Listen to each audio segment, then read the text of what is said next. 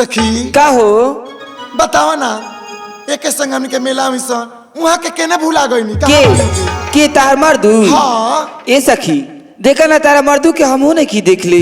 अरे हो तक वो जिलेबी के दुकान पर के हो ना ना ना ना ना उहा के ऊ ना है ऊ ना हो ना। एक काम कर हमरा लागत है भारी मेला में तार राजा जी भुला गइल बानी। अब कैसे वहाँ के मेले में दादा हमार जीव घबराता ए सखी चिंता मत करा चगले चला बगले में दरोगा जी बानी वहाँ से अपना तारा सैया जी के रिपोर्ट लिखवाल जा। दरोगा जी के लगे हाँ हाँ चल हम जाई। हाँ तब का यो काम करो तू लो हमरा संगे चल लो न तो हमरा अच्छा नहीं डर लगला बहुत है। अरे चला चला चल लो चल चल चल चल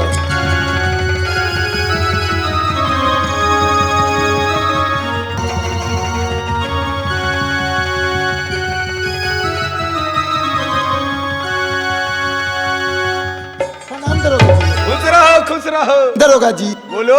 एगो रिपोर्ट हमार लिख ली। बोलो बोलो क्या रिपोर्ट लिखना हम है? बनी बड़ी मुसीबत में बन क्या बात है बोलो।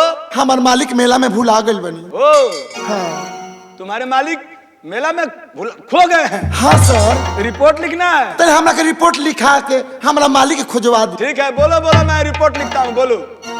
सुनी का कहता नहीं। हाँ बोलो। सोची सोची जिया हमारो सोची सोची जिया हमारो काहे घबराता दरोगा जी हो दरोगा जी हो 4 दिन से पियावा बन पाता दरोगा जी हो 4 दिन से पियावा बन पाता। सोच सोच जिया हमरो सोच सोच जिया हमरो काहे घबराता दरोगा जी हो 4 दिन से पियवा बन पाता दरोगा जी हो 4 दिन से पियवा बन पाता।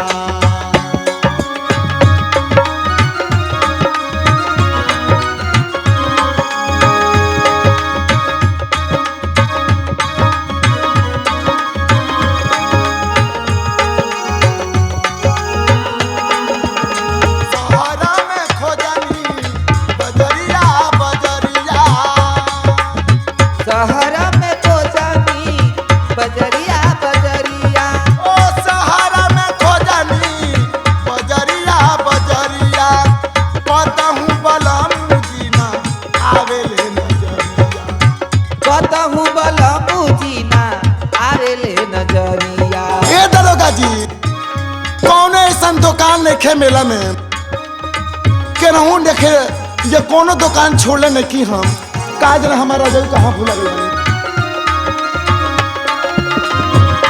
हो सहारा में खोजनी बजरिया बजरिया पतहू बलमू जीना आवेले नजरिया कतहू बलमू जीना आरेले नजरिया। हो लागता कि पिया हमारो